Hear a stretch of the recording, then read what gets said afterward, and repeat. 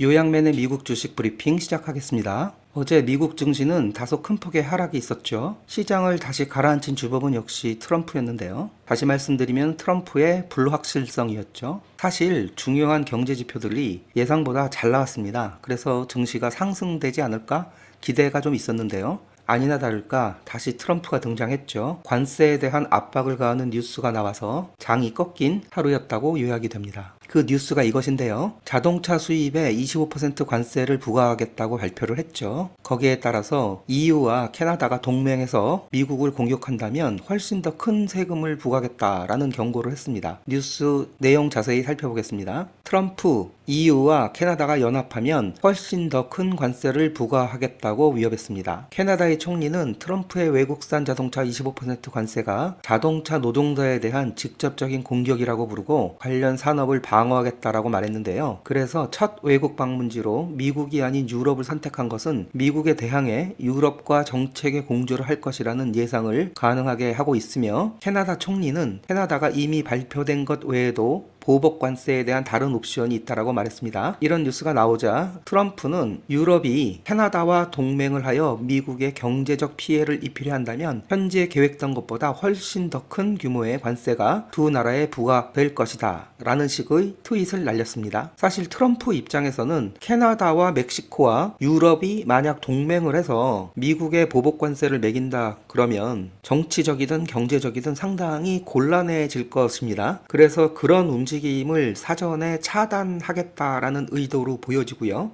또 트럼프는 이상한 말을 한마디 또 했는데요. 내용은 이렇습니다. 무역 파트너들이 상호 관세에 기분 좋게 놀랄 것이다 라고 밝혔는데요. 외국산 차량에 대한 새로운 관세를 발표한 것 외에도 트럼프 대통령은 4월 2일에 상호 관세를 부과할 계획을 다시 말했죠. 그런데 그와 그의 행정부가 최근 며칠 동안에 이에 대해서 엇갈린 신호를 계속 보내고 있습니다. 오늘은 또 이상한 신호를 보냈는데요. 그 내용은 자기네들이 무역 파트너들에게 친절하고 공정한지 매우 놀랄 것이다 이런 말을 했다라는 것이죠. 많은 경우 수십 년 동안 부과해온 관세보다 낮을 것이다. 또 우리는 매우 공정할 것이고 우리는 매우 친절할 것이다 라고 덧붙였다고 합니다. 이 내용만 보더라도 관세를 철저하게 매기겠다라고 말하고 다시 유화적인 제스처를 취하는 듯한 발언을 하고, 이거 자체가 불확실성이라는 것이죠. 아시다시피 시장에서는 불확실성을 가장 싫어하는데 전반적인 트럼프의 불확실성 때문에 실제로 나오는 경제 데이터가 좋은 모습을 보이더라도 주가는 떨어지는 현상이 반복적으로 나타나고 있는 것입니다. 트럼프는 틱톡에 대해서도 한마디 했는데요. 틱톡 거래 성사를 위해 중국에 대한 관세를 인하할 수도 있다라는 이야기를 했습니다. 이것도 전반적인 보편관세나 이런 쪽에 거리가 좀 멀어 보이죠. 그 내용은 뭐냐면 틱톡의 중국 모회사인 바이트댄스와 합의를 하기 위해 중국의 관세를 인하할 의향이 있다라고 말했고요. 바이트댄스는 4월 5일까지 틱톡의 미국 구매자를 찾아야 하는데요. 그렇지 않을 경우 미국에서 금지당할 수도 있다고 합니다. 또한 트럼프는 틱톡에 대한 합의가 도달하지 못할 경우에 그 마감일을 연장할 의향이 있다라고도 말했는데요. 이 부분에서 과연 중국에 대한 관세가 중요한 것인지 아니면은 관세를 빌미로 뭔가를 얻어내려고 하는 수작인 것인지 사람들은 의심의 눈초리를 보낼 수밖에 없는 상황인 거죠. 이 부분에 대해서 시장은 큰 퀘스천 마크를 갖고 있는 듯합니다. 다시 말하면은 불확실성일 것이고요. 그로 인해 시장이 올라갈 만하면 다시 떨어지고 하는 현상이 반복적으로 나타나고 있는 것입니다. 다시 말씀드리면 경제 지표는 아주 좋은데요. 시장을 유일하게 누르는 것은 트럼프의 트럼프의 불확실성이라고 말씀드릴 수 있을 것 같습니다. 말씀드렸듯이 경제 지표들이 많이 나왔죠. 하나씩 보도록 하겠습니다. 첫 번째 GDP 그로스 레이트 나왔는데요. 예상은 2.3% 성장인데 실제로는 2.4%가 나왔습니다. 잘 나왔죠. GDP 세일즈도 3.2% 예상을 했는데 예상보다 높은 3.3% 나왔습니다. 잘 나왔습니다. 이 부분이 놀라운데요. 코퍼레이트 프로핏입니다. 기업 이익인데요. 예상은 마이너스 0.9%였습니다. 하지만 놀랍게도 5.9%가 나왔다는 거죠. 실적이 매우 좋다라는 이야기입니다. 다음은 실업 관련 지표인데요. 이니셜 잡리스 클레임입니다. 22만 5천 건을 예상을 했는데 그거보다 적은 숫자가 나왔습니다. 22만 4천이 나왔죠. 실업자 수도 예상보다 적다라는 이야기입니다. Continuing Jobless Claim인데요. 이거는 실업을 유지하는 사람들이죠. 189만 3천을 예상을 했는데 그거보다 훨씬 적은 185만 6천이 나왔습니다. 직업을 잃은 사람들이 새롭게 취업한 사람들이 더 많아졌다라는 이야기입니다. 경제가 나쁘면은 그것이 불가능하겠죠. 4주 연속 실업자 수인데요. 이것도 줄었습니다. 22만 8천을 예상을 했는데 22만 4천이 나왔습니다. 리테일과 도매의 재고 수준인데요. 먼저 리테일은 0.4% 상승을 예상을 했으나 0.1%만 나왔습니다. 둔화된 것이죠. 도매도 0.6%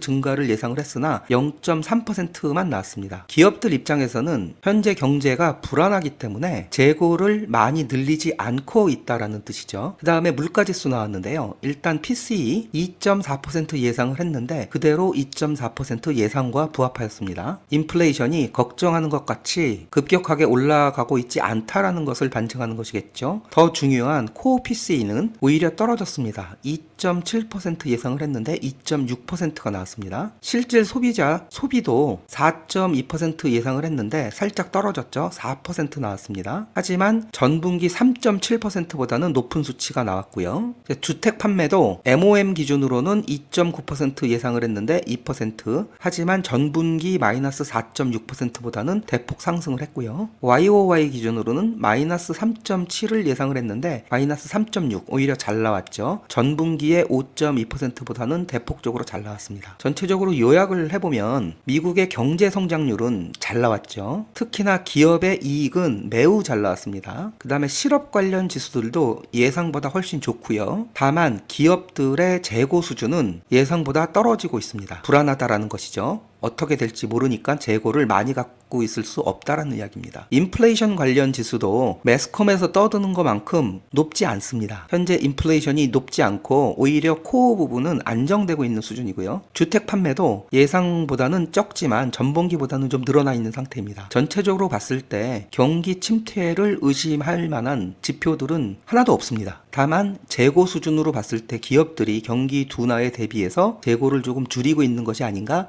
이런 예상은 하게 되죠. 이런 지표들이 좋게 나왔음에도 불구하고 시장은 눌렸습니다. 트럼프의 입이 원망스러울 수밖에 없었던 그런 하루였다라는 것입니다. 매일 한 종목 한 종목을 선정해서 그 종목에 대해서 집중적으로 리뷰를 하는 시간을 갖도록 할 텐데요. 어제는 테슬라를 한번 봤었죠. 오늘은 로켓랩을 보겠습니다. 로켓랩은 어제 장 후에 대형 호재가 하나 떴죠. 그 호재부터 먼저 한번 보겠습니다. 제목은 이렇습니다. 미국 우주군 로켓랩과 국가안보에 대한 계약을 수주했다라는 제목인데요. 로켓랩의 뉴트론 로켓, 중형 로켓이죠. 뉴트론이 미국 우주군의 56억 달러 규모의 국가안보 우주 발사 프로그램을 계약했다라는 내용입니다. 이 소식으로 인해서 애프터마켓에서는 9% 정도 폭등을 하고 있고요. 종가가 18.42였는데 마이너스 5.25% 하락으로 마감을 했죠. 그런데 그 이후에 플러스 4%까지 올라가서 토탈 9% 이상 상승하는 모습을 보여주고 있는 상황입니다. 이 계약 내용 한번 자세히 보도록 하겠습니다. 로켓랩, 미국 우주군의 56억 달러 규모의 안보 우주 발사 프로그램에 합류하였다라는 제목입니다. 로켓랩이 미국 우주군 국가안보 우주 발사 NSSL이라고 합니다. 3단계 1차 프로그램에 참여할 자격을 얻었고요. 국방부의 최우선 국가안보 임무 경쟁에 참여하게 됐다라는 소식입니다. 이 계약은 확정된 가격으로 무기한 공급, 무기한 수량의 계약이고 5년간 계약 기간은 2029년 6월까지고요. 최대 가치는 56억 달러라고 합니다. 2029년까지 최소 30개의 임무가 포함되고 2034년까지 연장될 가능성도 있다고 합니다. 이 부분이 중요한데요. 해당 프로그램에 사용될 로켓랩의 발사체는 재사용 가능한 탄소복합체 중형 발사체인 뉴트론입니다.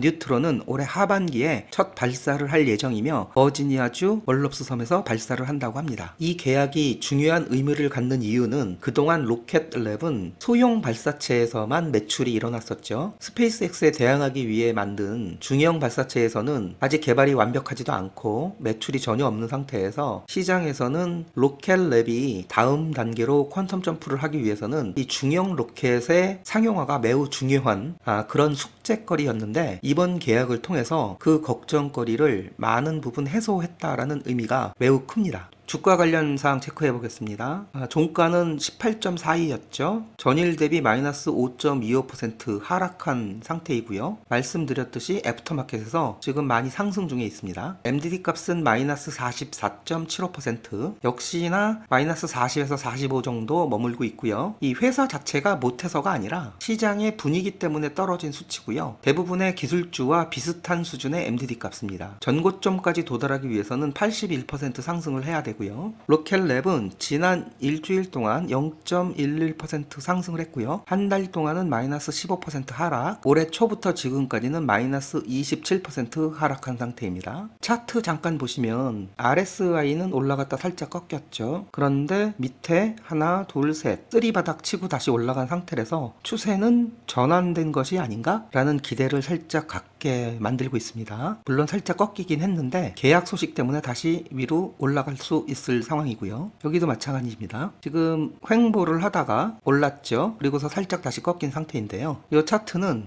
뒤에서 다시 한번 보도록 하겠습니다. 2023년도나 2024년도 역시 이 상반기에는 전반적으로 횡보하는 모습을 보여주고 있고요. 올해도 마찬가지로 횡보하고 있습니다. 물론 떨어지기는 했죠. 하지만 여기처럼 이렇게 큰 폭의 상승과 하강이 없는 상태에서 조금 떨어져 있는 상태에서 횡보 중에 있습니다. 개인적인 생각은 한 5월 정도가 돼야지만 재상승을 힘차게 할 수 있지 않을까? 그런 생각을 한번 해보고요.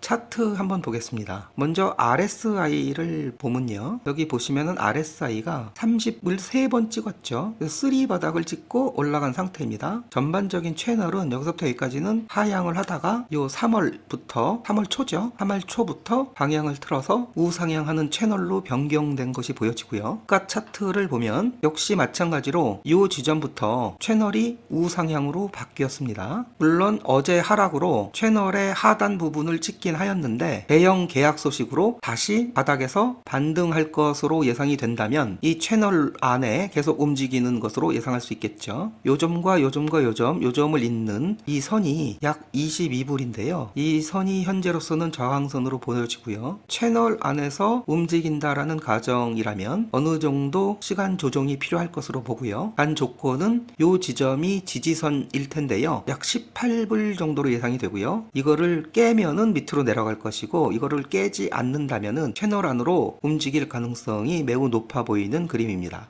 기관들이 예측하는 포캐스트 한번 보겠습니다. 기관들의 평균 타겟 프라이스는 23.95이고요. 현재 18.42불이니까 상방으로 약 30% 열려있는 상태입니다. 레코멘데이션 평균치는 현재 바이 등급입니다. 그 레코멘데이션의 트렌드를 보면요. 스트롱셀과 셀은 한 명도 없습니다. 그리고 홀드 의견을 주는 기관이 5군데, 바이 의견을 주는 곳이 3군데, 스트롱 바이가 4군데를 주고 있습니다. 타겟 프라이스의 그래프인데요. 가장 안 좋게 주는 곳이 7불. 이것은 뭐 저주를 하는 건가요? 이거는 무시해도 될 것 같고요. 가장 높게 주는 곳은 33불. 그래서 평균이 약 24불 정도입니다. 그래서 현재 18.4니까 아까 말씀드렸듯이 약 30% 상방으로 열려 있는 상황이고요. 3월 3일에 웰스 파고에서는 로켓랩은 지난 3분기 동안에 계속해서 성적이 좋았습니다. 작년 2분기에도 비트, 3분기에도 비트, 4분기에도 비트, 그 다음에 올해 1분기의 어닝은 5월 초 정도로 예상을 하고 있습니다. 매출도 꾸준하게 우상향하는 모습을 보여주고 있습니다. 어닝은 아직 적자죠. 마이너스이긴 하지만 작년 3분기에 바닥을 찍고 그 상태 현재 유지 중에 있습니다. EPS 포캐스트를 보면 모든 기관들은 빠르면 2026 2026년도에 흑자 전환 요 부분이죠. 아주 잘했을 경우에는 흑자고요. 평균적으로는 살짝 적자입니다. 하지만 2027년도 가면은 모든 경우에 다 플러스 흑자로 전환된다라는 포캐스트를 주고 있습니다. 잘 아시겠지만 흑자가 전환되기 한 1년 전, 2년 전부터 주가는 많이 움직이기 시작하죠. 로켓랩은 앞으로 1년 후 정도 흑자가 예상됩니다. 현재 MDD 값은 마이너스 44% 정도로 많이 내려와 있는 상태죠. 로켓랩에 관심이 있으셨던 분들은 지금부터 서서히 분할로 조금씩